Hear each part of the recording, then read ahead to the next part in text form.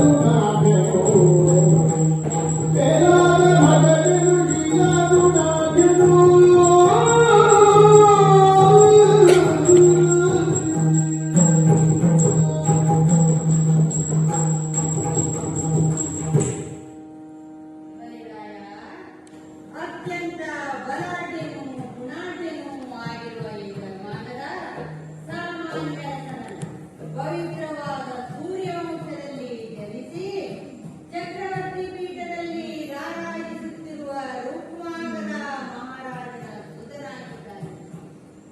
ಈತನು ಏಕಾದಶಿ ವ್ರತವನ್ನು ಕೈಗೊಂಡು ಲೋಕವನ್ನು ಸಂಚರಿಸಿ ದಿಗ್ವಿಜಯವನ್ನು ಸಾಧಿಸಿ ಬಂದು ಸಿಂಹಾಸನವನ್ನೇರುತ್ತೇನೆ ತಂದೆಯವರಿಗೆ ಮಾತು ಕೊಟ್ಟು ಬಂದಂತಹ ಯುವರಾಜನಾಗಿದ್ದಾನೆ ಈ ಧರ್ಮಾಂಗ. ಆದ್ದರಿಂದ ಬಲಿರಾಯ, ಇಲ್ಲಿ ಆಲೋಚಿಸುವಂತದ್ದು ಏನೂ ಇಲ್ಲ. ನಿನ್ನ 100 ಮಂದಿ ಪ್ರಾಯಪ್ರಬುದ್ಧರಾದ ಕನ್ಯೆಯರನ್ನು ಈ ಧರ್ಮಾಂಗದ ಈ ಯುವರಾಜನಿಗೆ ಕೊಟ್ಟು ವಿವಾಹವನ್ನು ಮಾಡಿ. ಇದರಿಂದ ನಿಮ್ಮಿಬ್ಬರಲ್ಲಿ ಸಂಬಂಧವು ಏರ್ಪಡುತ್ತದೆ. ಇದರಿಂದ ಲೋಕಕ್ಕೆ ಮಂಗಳವಾಗುತ್ತದೆ, ನಿಮ್ಮಿಬ್ಬರಿಗೂ ಶುಭವಾಗುತ್ತದೆ ಎಂಬುದು ನನ್ನ ಮನದಿಂಗಿತವಾಗಿ ನಡೆಸಿಕೊಡುವುದಿಲ್ಲ. ಧನ್ಯೋಸ್ಮಿ ದೇವ, ನಿನ್ನ ಮಾತನ್ನು ಮೀರುವುದುಂಟೆ, ನಿನ್ನ ಕೋರಿಕೆಯಂತೆ ಆಗಲಿ. ಧರ್ಮಾಂಗದ ಹರಿಯ ಅಪ್ಪಣೆಯಂತೆ ನನ್ನ 100 ಮಂದಿ ಹೆಣ್ಣು ಮಕ್ಕಳನ್ನು ವಿವಾಹವಾಗಿ ನಮ್ಮ ಕುಲವನ್ನು ಉದ್ಧರಿಸಬೇಕು. ದೇವರ ಅಪ್ಪಣೆ ಹಿರಿಯರ ಸಮ್ಮತಿ ಅಂದಾಗ ನಾನು ವಿರೋಧಿಸಲಾರೆ. ಹರಿಭಕ್ತನಂದರಿಯದೆ ಯುದ್ಧ ಮಾಡಿದ್ದಕ್ಕಾಗಿ ಕ್ಷಮೆ ಕೋರುತ್ತಾ ಸಾಕೇತಪುರಕ್ಕೆ ತೆರಳಿದ ಮೇಲೆ ಹೇಳಿ ಕಳಿಸುತ್ತೇನೆ. ದಿಗ್ವಿಜಯವನ್ನು ಮಾಡಿ ಹೇಳಿ ಕಳಿಸುತ್ತೇನೆ. ಆಗ ಬಂದು ವಿವಾಹವನ್ನು ಪೂರೈಸಿಬಿಡಬೇಕು. ಧರ್ಮಾಂಗದ, ನಾನು ಭೂಲೋಕಕ್ಕೆ ವರ್ಷಕ್ಕೊಮ್ಮೆ ಮಾತ್ರ ಬರಲು ಸಾಧ್ಯ. ಹರಿಯ ಅಪ್ಪಣೆಯೇ ಆಗಿದೆ. ಆದ್ದರಿಂದ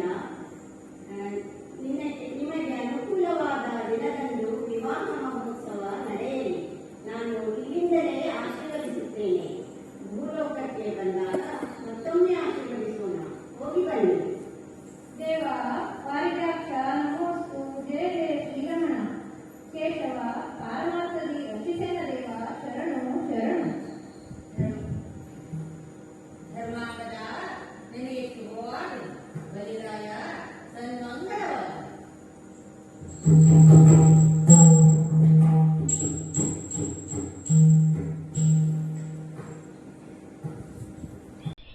ವೀರಾಂಜನೇಯ ತಾಳಮದ್ದಲೆ ಕೂಟ ಬಿಸ್ಗೋಡಿಯವರಿಂದ ಧರ್ಮಾಂಗದ ದಿಗ್ವಿಜಯ ಎಂಬ ತಾಳಮದ್ದಲೆಯನ್ನು ಪ್ರದರ್ಶಿಸಲು ಅವಕಾಶವನ್ನು ನೀಡಿದಂತಹ ಅಣಲಗಾರ್ ದೇವಸ್ಥಾನದ ಸಮಿತಿಯವರಿಗೆ ನಮ್ಮೆಲ್ಲರ ಪರವಾಗಿ ಧನ್ಯವಾದಗಳು. ಹಾಗೆಯೇ ಮಾರ್ಗದರ್ಶನ ನೀಡಿ ಪ್ರೋತ್ಸಾಹಿಸಿದ ರವೀಂದ್ರ ವೈದಿಕ್ರಮನೆಯವರಿಗೆ ಧನ್ಯವಾದಗಳು.